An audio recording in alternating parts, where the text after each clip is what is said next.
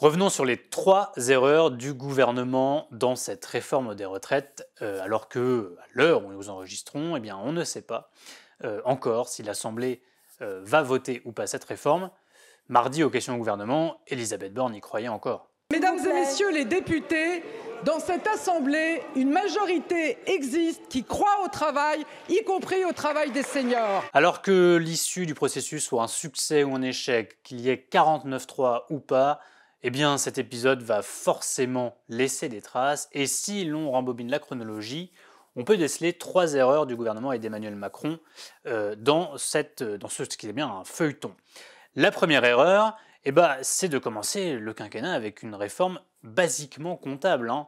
De quoi parle-t-on avec cette réforme des retraites? Le seul véritable objectif, c'est de trouver 13 milliards et demi d'euros pour combler un déficit à l'horizon 2030. Ça peut paraître beaucoup en valeur absolue, mais je rappelle à combien la Cour des comptes a chiffré la facture du quoi qu'il en coûte, 440 milliards d'euros de dettes supplémentaires.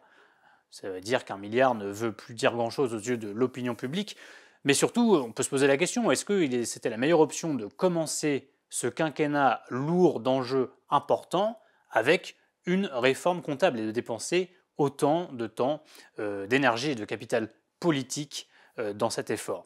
Alors Emmanuel Macron est persuadé que oui, parce qu'à ses yeux, cette réforme enverrait un signal important en externe, en clair au marché financier et aux partenaires européens, ainsi qu'à la Commission européenne.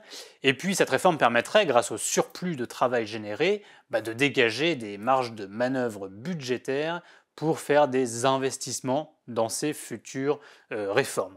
Mais même dans sa majorité, Emmanuel Macron, on tire un peu la langue et surtout on regrette la première réforme, celle qui a échoué au moment du Covid, la réforme systémique avec le système à points qui a finalement été enterré par Macron. La deuxième erreur, c'est d'avoir très mal présenté cette réforme. Alors on a entendu Elisabeth Borne a inventé une réforme équilibrée et juste. On a même lu dans la presse Olivier Dussopt expliquer que c'était une réforme de gauche qui ne ferait pas de perdants. Alors encore un peu, le gouvernement nous expliquait que c'était une bénédiction de travailler 2 années de plus. Je vous cite un dirigeant du MoDem quand on lui soumet cette pédagogie un petit peu hasardeuse. C'est de la connerie en barre. Fin de citation. Et dans la majorité, évidemment, c'est toujours facile de parler après et anonymement, mais qui sont quand même beaucoup à estimer qu'il aurait fallu dire dès le début les choses plus directement, ne pas cacher les efforts à faire et souligner que ces efforts allaient épargner un certain nombre de Français en raison des dispositifs sociaux qui sont prévus par la réforme. Ce n'est pas ce qui a été fait, on l'a vu. Et puis la troisième erreur, c'est d'avoir voulu conclure un accord avec une droite fragile et divisée. Souvenez-vous, à l'automne, Elisabeth Borne avait demandé à Emmanuel Macron plus de temps pour la réforme, parce qu'elle pensait pouvoir rallier une majorité et aller chercher des voix sur sa droite.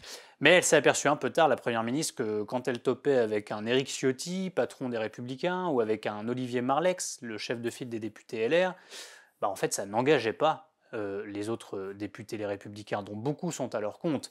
Et on a vu tout dérailler au moment où Aurélien Pradier et une poignée d'autres élus se sont mis à aligner les exigences sans qu'on soit en plus certain qu'ils allaient voter la réforme à la fin.